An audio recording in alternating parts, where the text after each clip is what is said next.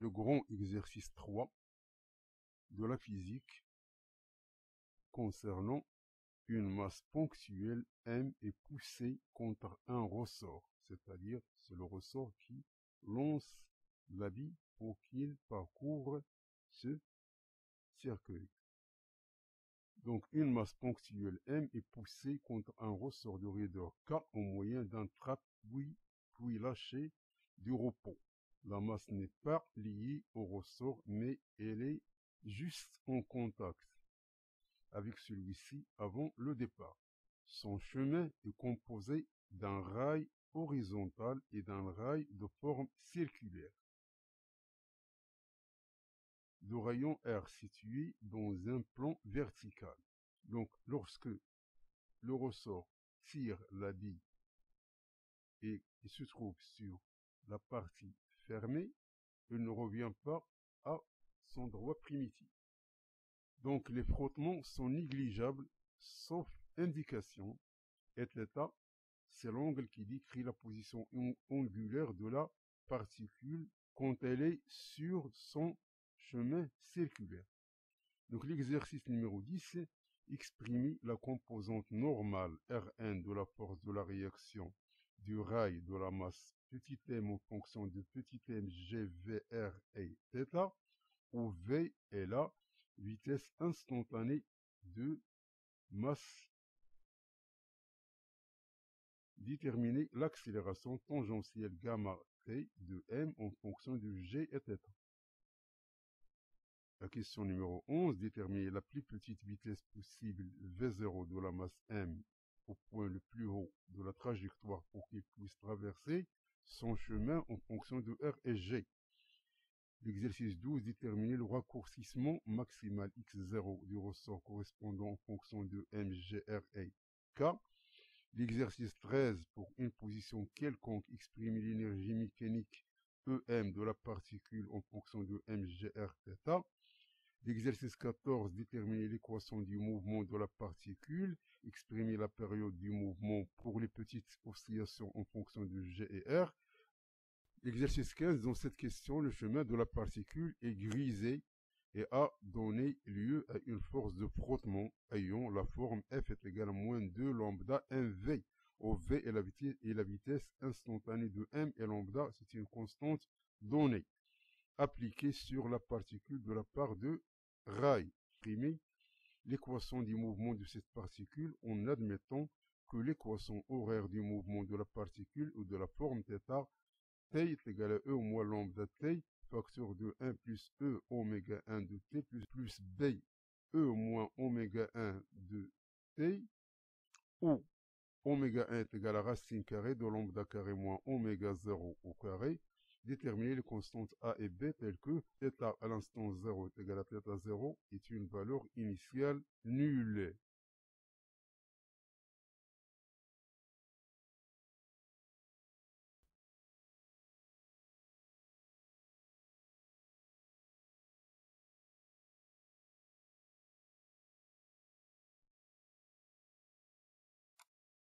Donc, on va commencer par l'exercice numéro 10.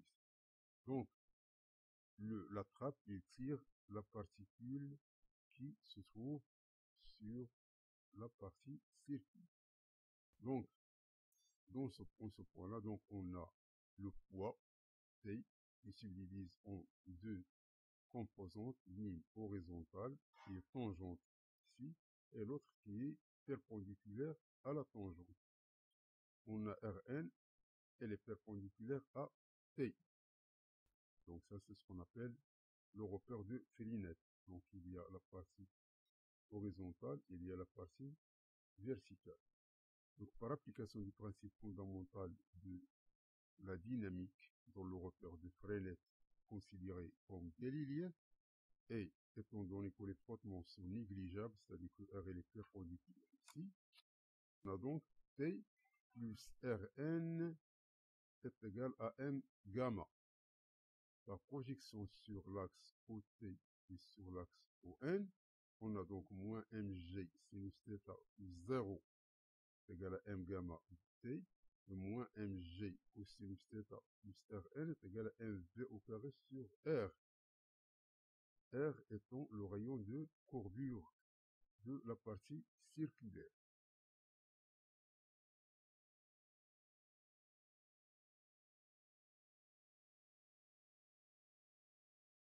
Donc, on tire donc le Rn, elle est égale à mg cosinus θ plus mv au carré sur R. Donc, voici le Rn.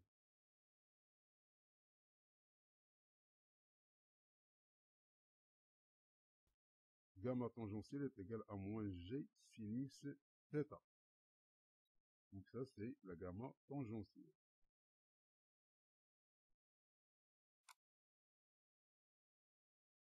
Donc, la question numéro 11, pour que la particule puisse parcourir le chemin circulaire, la force normale, Rn doit être positif ou nul. Donc, c'est-à-dire que Rn est supérieur ou égal à 0, on prend donc au point θ qui est égal à pi, on a cette équation ici. Donc, on va remplacer θ par pi, on va mettre Rn supérieur ou égal à 0, on va trouver que V minimale, elle est égale à racine carrée de Rg.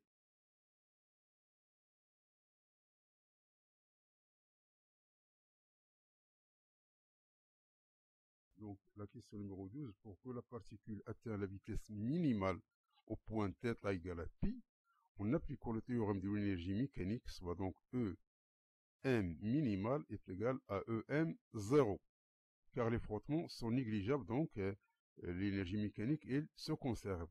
Donc, au point 0, c'est-à-dire θ égale à 0, on a Em0 est égal à 1 demi kx0 plus 0. Au point θ est égal à pi, on a l'énergie mécanique M minimale est égale à 1 demi mv0 au carré plus l'énergie potentielle. L'énergie potentielle est égale à mg r facteur de 1 moins cosinus de pi, c'est-à-dire de mgr. Donc, on additionne ces deux termes, on trouve qu'il est égal à 5 demi mgr. Et par suite, ce terme-là est égal à ce terme-là. Donc, d'où on tire le x0 est égal à racine carrée de 5 mgr sur k0. Donc, concernant comment on a trouvé cette expression ici, donc ça c'est facile. Donc, ça c'est R et ça c'est R. Donc, lorsqu'il se trouve ici, donc il y a une dénivellation appelée H. Donc, le H c'est R moins ce terme-là, ça c'est rien d'autre que R cosinus. Donc, on a donc H est égal à R moins R cosinus, c'est-à-dire donc c'est H est égal à R facteur de 1 moins cosinus de θ, et on remplace θ par pi. Donc, on trouve que x0 est égal à racine carrée de 5 mgr sur k0.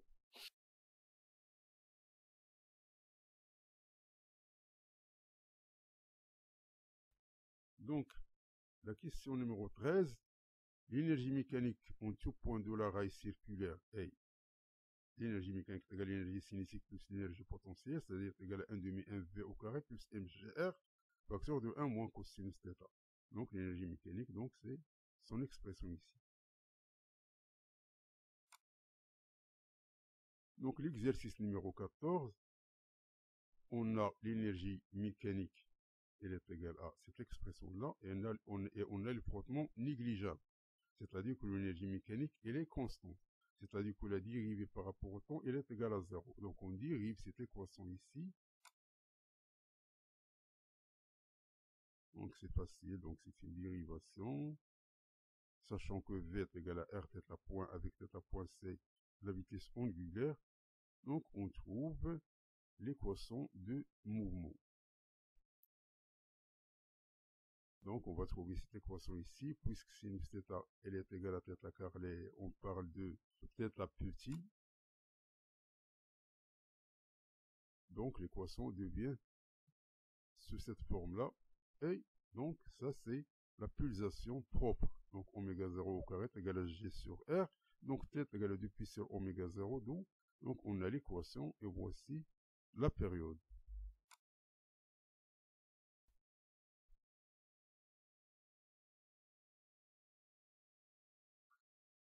Maintenant, le mouvement de la particule se fait avec frottement. F est égal à moins de lambda M fois V. Donc l'équation tangentielle par application du principe fondamental de la dynamique est alors. On aura donc F moins P sinus θ est égal à M dV dt. Soit donc moins de lambda MV moins mg sinus θ est égal à mdv dt. Soit donc on a une équation. La variable c'est v. Et on a v est égal à r θ point et on a sinus de θ est égal à θ. Donc on la remplace ici. On trouve donc cette équation. Ici, ils nous ont donné que il y a une solution de cette forme-là.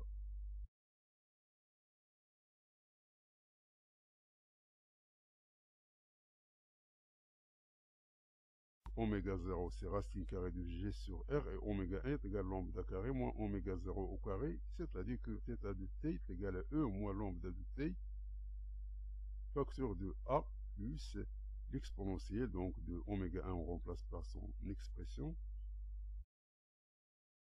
Maintenant, on passe aux conditions initiales. On a θ à l'instant t 0 est égal à θ 0 et on a v0 est égal à 0, c'est-à-dire que θ point 0 est égal à 0 radian.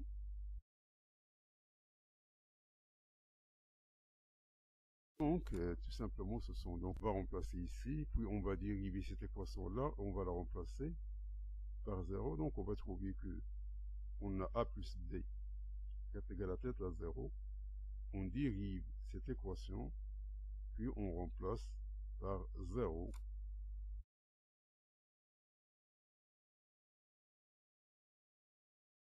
On trouve donc un système, on a ça égale à θ 0 et ça égale à 0. Donc c'est tout simplement, donc on essaie de trouver le A et le B. Donc on trouve que le A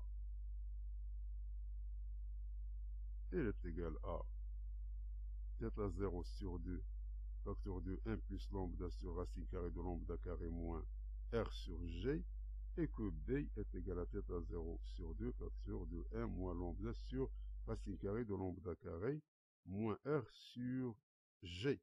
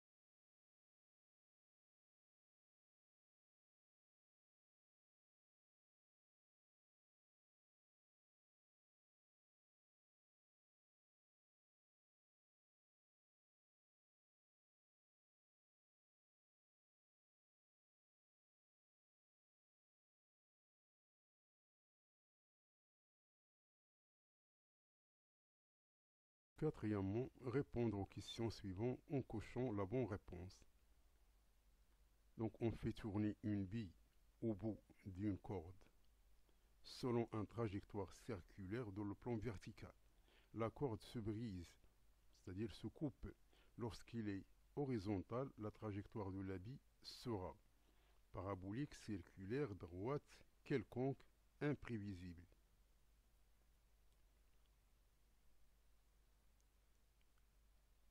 Un système de lavage soulève au moyen d'un câble une masse verticalement. La masse subit deux forces lors de son mouvement vers le haut. Son poids P et la tension T du câble. Ces deux forces effectuent respectivement les travaux WP et WT. Lequel des énoncés suivants est vrai? Une particule se déplace dans le plan OXY selon ses coordonnées x de t est égal à 2 au moins 4t, y de t est égal à moins 3t plus t3. Le temps t est en secondes, la position est en centimètres, à l'instant t égale à 2 secondes, le module de sa vitesse vaut l'orientation de sa vitesse par rapport à l'axe OX est A.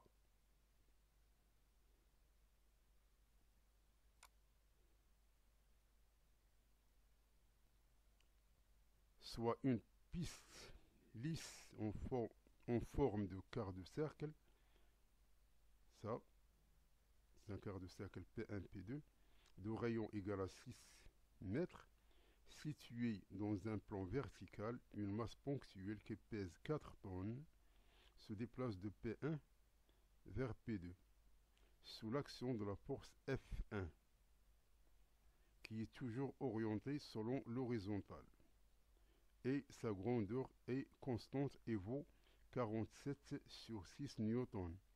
Donc la somme des travaux des forces appliquées du particule A. Sachant que la vitesse en P1 étant de 4 mètres par seconde, donc quelle est la vitesse lorsqu'il arrive en P2?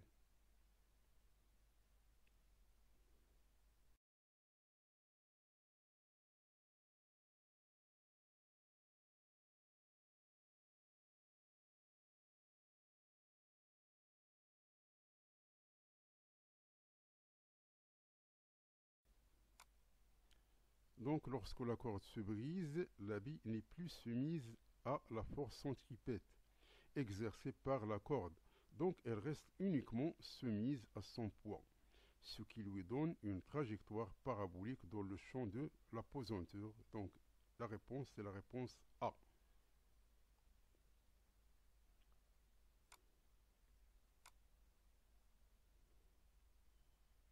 La question 17, le poids P1 agit vers le bas, tandis que le déplacement est vers le haut. Donc le travail du poids est négatif. La tension du câble T agit vers le haut, dans le même sens que le déplacement. Le travail de la tension est donc positif.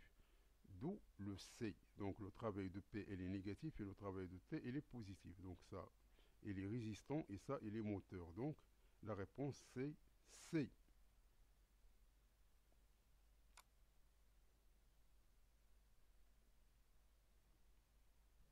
La question 18, on a les coordonnées de point OM. On a x de t est égal à 2 au moins 4t et y t est égal à moins t plus t à la puissance 3. Donc là, la vitesse, c'est la dérivée, donc c'est moins 4 et moins 3 plus 3t au carré. Donc pour t égale à 2 secondes, on va trouver que la composante de la vitesse selon x est égale à moins 4 et la composante selon y est égale à 9. D'où le module, est égal à racine de moins 4 au carré plus 9 au carré, c'est-à-dire racine de 97, d'où il faut cocher la réponse B.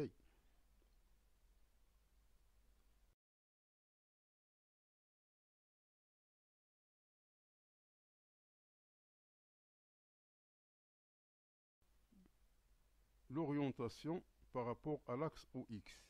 A. On a tangente de θ, c'est VY sur VX. Or, Vx est égal à moins 4 qui est négatif et Vy est égal à 9 qui est positif, c'est-à-dire à t égale à 2 secondes. Donc tangente θ est égal à moins 9 sur 4. C'est-à-dire moins tangente de θ est égal à 9 sur 4. C'est-à-dire que 4 sur 9 est égal à 1 sur tangente de moins θ. C'est-à-dire que 4 sur 9 est égal à cotangente de moins θ, qui est égal à moins cotangente de θ, qui est égal à tangente de moins pi sur 2 plus θ. Arc tangente de 4 sur 9 est égal à moins pi sur 2 plus θ, c'est-à-dire que θ est égal à pi sur 2 plus arc tangente de 4 neuvième.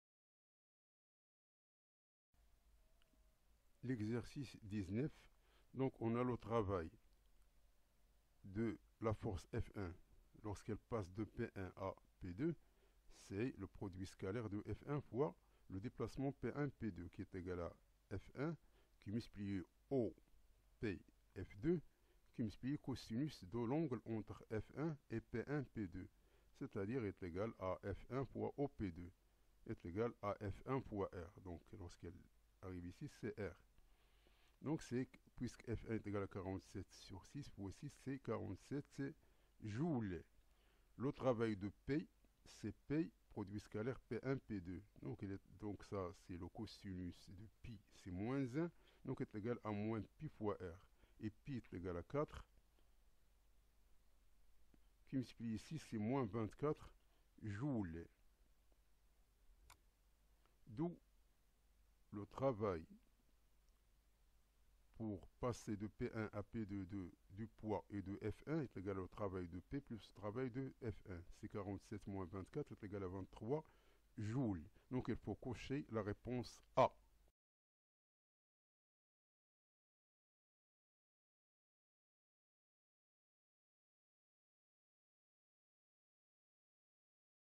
La question 20, on a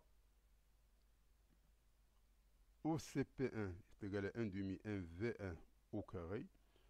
Et l'énergie potentielle en P1 c'est 0. On a OCP2 c'est 1 demi 1 V2 au carré. Et l'énergie potentielle ici c'est MGR. Donc, par application du théorème de l'énergie cinétique, donc on a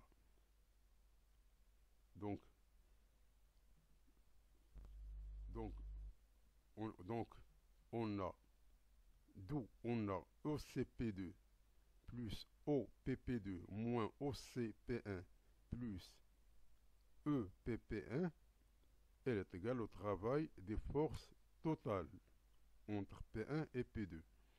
Donc, on va le remplacer ici. Donc, 1 demi 1 V2 au carré plus MGR moins 1 demi 1 V1 au carré est égal au travail de F total.